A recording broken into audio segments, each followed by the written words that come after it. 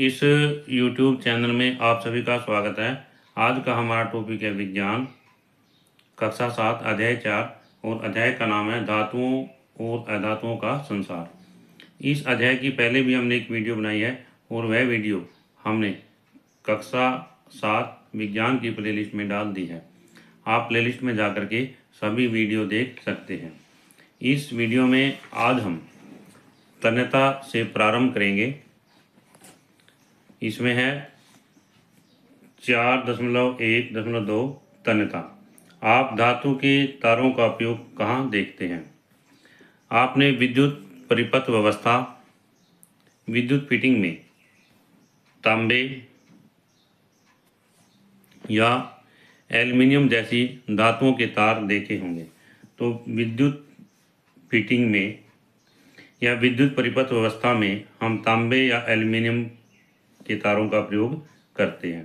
तो इसमें यहाँ पर एक प्रश्न बन जाता है कि आप विद्युत फिटिंग में किस धातु के तारों का उपयोग करते हैं। इसमें यहाँ पर लिखेंगे तांबे या एल्युमिनियम की धातुओं का। किसका उपयोग करते हैं भाई? तांबे या एल्युमिनियम की धातुओं का उपयोग करते हैं।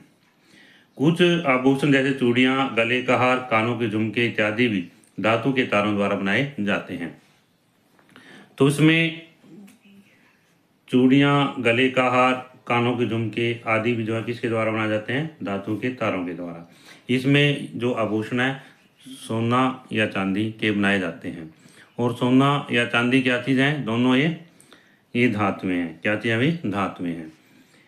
धातु के तार विभिन्न संगीत वाद्य यंत्रों जैसे वीणा, सितार, वायलिन, गिटार इत्यादि में भी महत्वपूर्ण भूमिका निभाते हैं।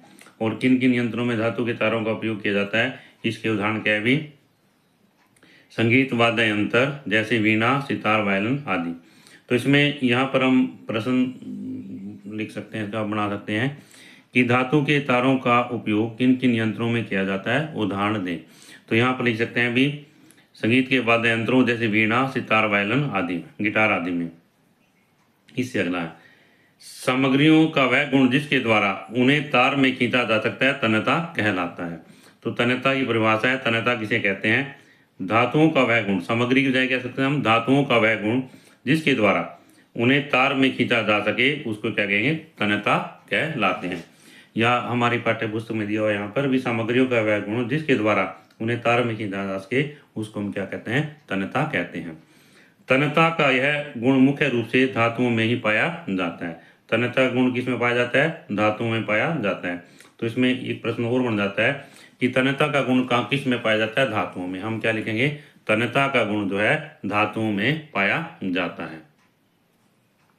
इससे आगे यहाँ पर सोना इतना तन्य है कि इसके 1 ग्राम से 2 किलोमीटर लंबा तार खींचा जा सकता है। इसमें यहाँ पर एक जिज्ञासु बालिका है और ये सोचती है भी सोना जो है, क्या कहती है? सोना जो है इतना तन्य है। भाई सोने की इतनी बारीक तार बनाई जा सकती है कि इसके 1 ग्राम से हम 2 किलोमीटर लंबी तार जो है खींच सकते हैं।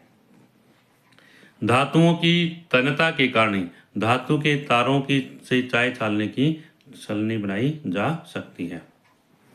इससे आगे है, क्या आपने कभी कोयले या सल्फर से तार बने हुए देखे हैं? भाई इसके अंदर विचार आता है, मन के अंदर जिज्ञासा उत्पन्न होती है भी क्या कोयले के भी हम तार बना सकते हैं, सल्फर के भी? स्पष्ट है कि नहीं देखे होंगे, क्योंकि कोयला और सल्फर क्या है? ये अधातु हैं और ये क्या है? टूट जाते हैं। अतः हम यह कह सकते हैं कि कोयला और सल्फर जो है तन्य नहीं है। कोयला सल्फर क्या है? तन्य नहीं है। तो इसमें प्रश्न आ सकता है कि क्या कोयला और सल्फर तन्य है? हम लिखेंगे नहीं। इससे आगे है, क्या आप जानते हैं कि स्टील धातु लोहा और अधातु कार्बन का मिश्रण है? तो स्टील किसका मिश्रण है? लोहा और कार्बन का। तो प्रश्न है स्टील किसका मिश्रण है? हम लिखेंगे लोहा का और कार्बन का। लोहा क्या धातु है और कार्बन क्या अधातु है। इसके तारों से बनी रस्सी या भारी भार का वहन कर सकती हैं। जो उसकी रस्सियां बन सकती हैं वो क्या कर सकती हैं? भारी वजन को सहन कर सकती हैं। अतः इनका उपयोग झूलते हुए सेतुओं के निर्माण में और भारी वस्तुओं को उठाने वाली क्रेन में किया जाता है। जो इसमें स्टील जो है लोहा और इसमें कार्बन का मिश्रण है। और जो इससे रस्सियाँ बनती हैं वो क्या मजबूत होती हैं, टूटती नहीं है। इनका उपयोग हम भारी वाहन में कर सकते हैं, भार का वहन में कर सकते हैं। तो इसका उपयोग कहाँ किया जाता है? सेतुओं के निर्माण में और भारी वस्तुओं को उठाने वाली क्रेन में। जो स्टील है इसकी तारों का उपयोग किया जाता है सेतुओं के निर्माण में और भारी वस्तुओं को उठाने वाली क्रेन में।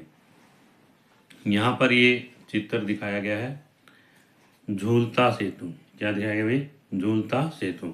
इसमें ये रस्सियाँ हैं, यहाँ पर किसकी हैं? स्टील की। और इनके द्वारा जो है यहाँ पर ये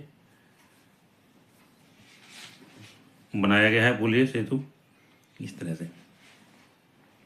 अगला है ध्वनिकता। क्या आपने कभी ध्यान दिया कि जब धातु की चम्मच, धातु की प्लेट या धातु का सिक्का धरातल पर गिरता है तो कैसी ध्वनि उत्पन्न करता है? यह ध्वनि कोयले अथवा लकड़ी के टुकड़े को धरातल पर गिरने से उत्पन्न होने वाली ध्वनि से किस प्रकार भिन्न है? सावधानी। ध्यान रखें कि इस क्रियाकलाप से किसी व्यक्ति या जीव को कोई हानि न पहुंचे। क्रियाकलाप 4.2 आइए अन्वेषण करें। जब मेरी छड़ी लकड़ी या धातु से टकराती है तो उत्पन्न होने वाली ध्वनि में विभिन्नता के कारण मुझे मार्ग ढूंढने में सहायता मिलती है। यहाँ पर ये बालक दिखाया हुआ है, इसने हाथ में छड़ी ली हुई है, शायद इसको दिखाई नहीं देता। जब ये चलता है तो इसकी छड़ी किसी धातु के से टकराती है या किसी लकड़ी से टकराती है, तो दोनों के टकराने से ध्वनि में विभिन्नता इसको सुनाई देती है। इसकी सहायता से वह अपना मार्ग जो है ढूंढता है। इससे आगे है कुछ वस्तुएं लीजिए, जैसे धातु का एक चम्मच, एक सिक्का, एक कोयले का टुकड़ा और एक लकड़ी का टुकड़ा। इन्हें एक निश्चित ऊंचाई से एक एक करके नीचे गिराइए। क्या आपने इन वस्तुओं के गिरने से उत्पन्न होने वाली ध्वनियों में किसी प्रकार के अंतर का अनुभव किया? इससे आगे है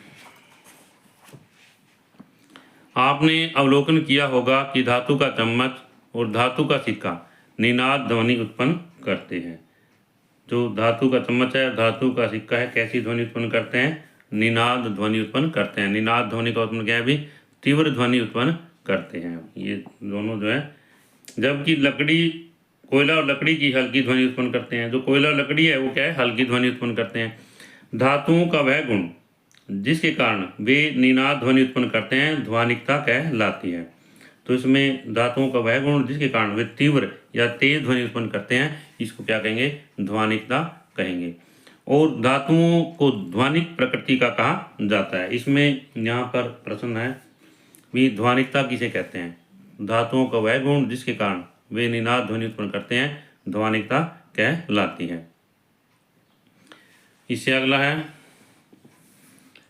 ओ मेरी घुंघरुओं के बजने से होने वाली ध्वनि भी धातुओं की ध्वनिकता के कारण ही होती है।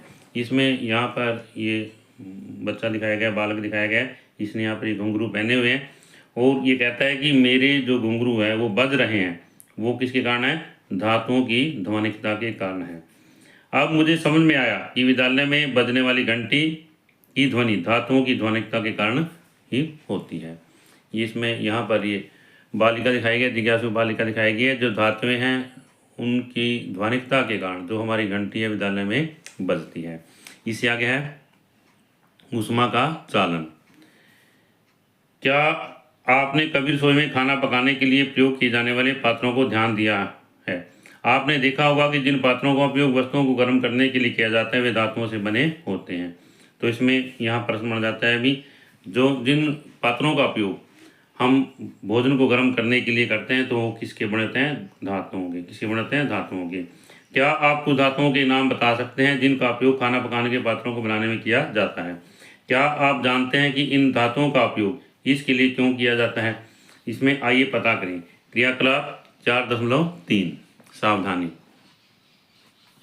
यह क्रियाकलाप आपके शिक्षक अथवा किसी वयस्क के निर्देशन में किया जाना चाहिए। गर्म जल का उपयोग करते समय सावधानी रखनी चाहिए।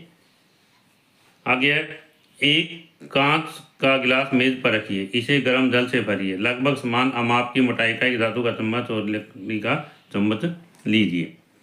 चित्र 4.3 के अनुसार दोनों चम्मचों को एक साथ गर्म जल में डालिए, कुछ समय के लिए उन्हें स्थिर छोड़ दीजिए। अब सावधानी से दोनों चम्मचों के ऊपरी भाग को स्पर्श कीजिए। यहाँ पर इसमें ये चित्र दिखाया गया है। गर्म पानी में रखी धातु और लकड़ी का चम्मच। सबसे पहले क्या है, ये गिलास ले लिया हमने यहाँ पर, उस गिलास में हमने क्या लिया, गर्म पानी लिया है। क्या लिया है, गर्म पानी लिया है। इसमें धातु का चम्मच लिया हमने यहाँ पर रखा है और लकड़ी का चम्मच लिया। तो हम कुछ देर के बाद में हाथ लगाकर देखते हैं कौन सा चम्मच, यहाँ जब हम ऊपर से इसको स्पर्श करेंगे कि कौन सा चम्मच जो है ज़्यादा जो है, कौन सा चम्मच ज़्यादा गर्म हुआ है। हम क्या देखते हैं कि जो धातु का चम्मच है वो क्या है, ज़्यादा गर्म हुआ है, और लकड़ी का चम्मच जो है ऊपर से जब देखते हैं तो बहुत कम हमें गर्म अनुभव होता है। इससे क्या कहेंगे, विचारणीय बिंदु। क्या है भी, विचारणीय बिंदु। कौन सा चम्मच अधिक गर्म हुआ। यह प्रयोग हमें दोनों चम्मचों में ऊष्मा चालन के विषय में क्या बताता है कि दोनों चम्मचों को हमने गर्म पानी के अंदर रखा, और गर्म पानी में रखने से कौन सा चम्मच जो है ज़्यादा गर्म हुआ। तो इस प्रयोग से हमें क्या बताता है कि ऊष्मा चालन के विषय में। आप इसमें हम क्या देखते हैं कि जो धातु का चम्मच है ज़्यादा गर्म होगा। इसका अर्थ क्या है कि धातुएं जो है ऊष्मा की चालन है, और जो लकड़ी का धातुएं जो ऊष्मा की चालक हैं, और लकड़ी का चम्मच है कम गर्म हुआ है या बहुत कम गर्म हुआ है, तो हम क्या कहेंगे, लकड़ी जो ऊष्मा की चालक नहीं है। आपने अनुभव किया होगा कि स्पर्श करने पर धातु का चम्मच लकड़ी के चम्मच की तुलना में अधिक गर्म है, भले ही दोनों चम्मच समान समय के लिए जल में समान तापमान में डूबे हैं। इससे यह स्पष्ट होता है कि ऊष्मा चालन धातु के द्वारा हुआ, जिससे धातु का चम्मच गर्म हो गया। इसके विपरीत लकड़ी के चम्मच में बहुत कम ऊष्मा का चालन हुआ। किसी सामग्री में एक बिंदु से दूसरी बिंदु तक ऊष्मा के स्थानांतरण को ऊष्मा चालन कहा जाता है।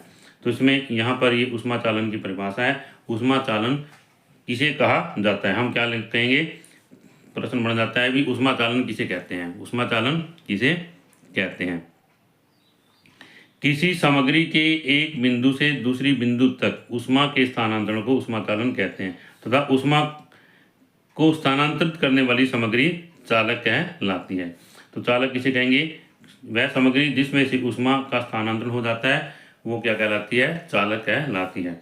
अवलोकनों के आधार पर यह कहा जा सकता है धातुएं ऊष्मा की सुचालक होती हैं और लकड़ी क्या ऊष्मा की कुचालक। धातुएं क्या है भी, ऊष्मा की सुचालक हैं, और लकड़ी क्या ऊष्मा की कुचालक है। अब हम यह समझ सकते हैं कि भोजन पकाने के लिए धातु के पात्रों का उपयोग अधिकतर क्यों किया जाता है, और उनके हत्थे लकड़ी अथवा अन्य ऐसी सामग्रियों से क्यों बनाए जाते हैं जो ऊष्मा का चालन नहीं करते। प्रकृति में ऊष्मा का स्थानांतरण नामक अध्याय में आप इसके विषय में और अधिक जानकारी प्राप्त करेंगे।